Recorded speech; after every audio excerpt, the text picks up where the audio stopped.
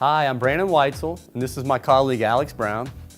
And over the next few minutes, we will talk about some of the trends in Atlanta's current development environment and then focus on the progress of a few developments in Atlanta's top submarkets.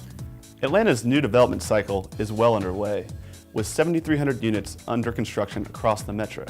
After 3 years of minimal activity that put many projects on hold, a wave of pent-up development has elevated Atlanta's construction activity above its 10-year average. Following the national trend of reurbanization, 61% of the current activity is occurring in Atlanta's in-town neighborhoods.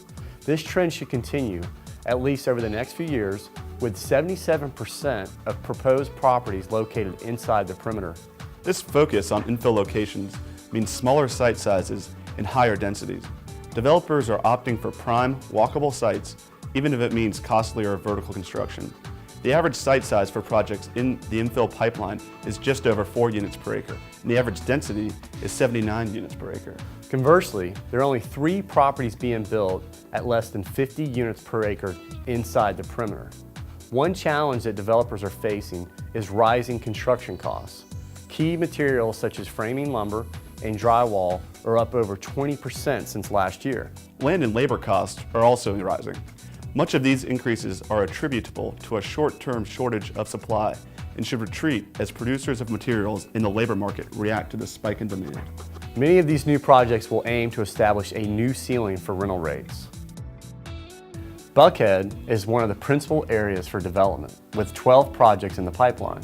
JLB's 375-unit L of Buckhead, located on a prime site at the corner of Peachtree and Farr, was one of the first projects underway, breaking ground last June.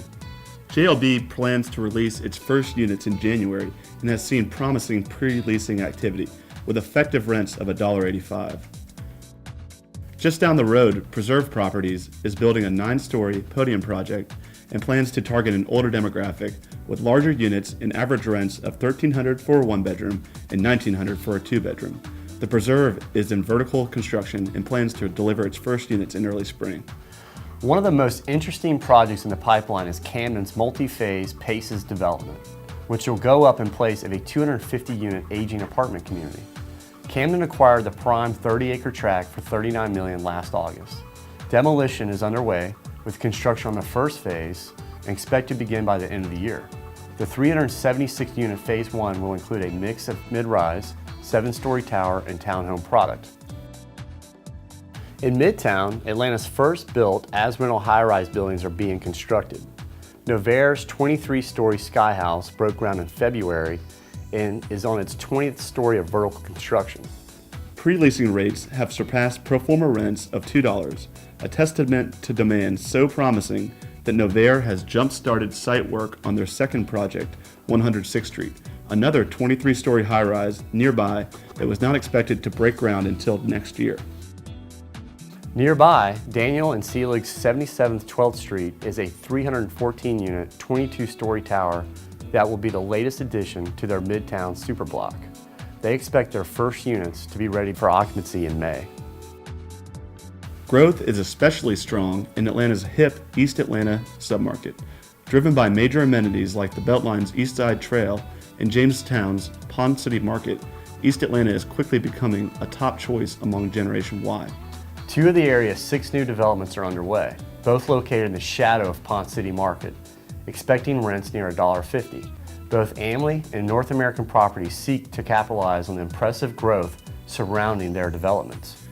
In West Midtown, East Atlanta's counterpart on the opposite side of the CBD, Greystar is the first of 5 coming developers to break ground.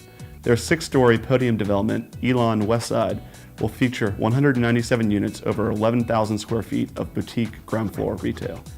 Thanks for watching.